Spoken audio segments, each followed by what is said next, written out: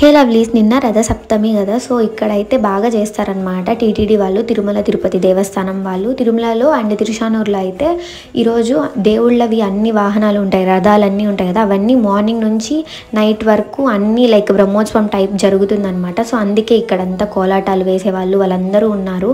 నేను మార్నింగ్ నుంచి కాలేజ్ ఉండింది, అందుకే ఏ వాహనం చూడలేదు. బట్ మెయిన్ వాహనం అయితే చూశాను, గజవాహనం. మీరు ఈ ఎండ్లో దేవుణ్ణి దర్శించుకోవచ్చు, నేను పెట్టాను వీడియో.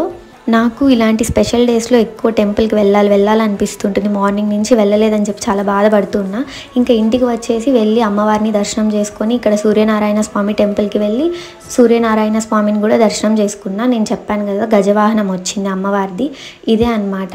నాకు ఇంకొక స్పెషల్ థింగ్ ఏంటి అని అంటే, సూర్యనారాయణ స్వామి టెంపుల్ అన్ని ఊర్లలో ఉండదు, మాకేంటంటే ఇంటి దగ్గరే ఉందన్నమాట. సో అలా దేవుళ్ళని దర్శనం చేసుకొని ఆ రోజు చాలా మంచిగా గడిచింది. అమ్మవారికి దండం పెట్టుకొని సబ్స్క్రైబ్ చేసేసుకోండి.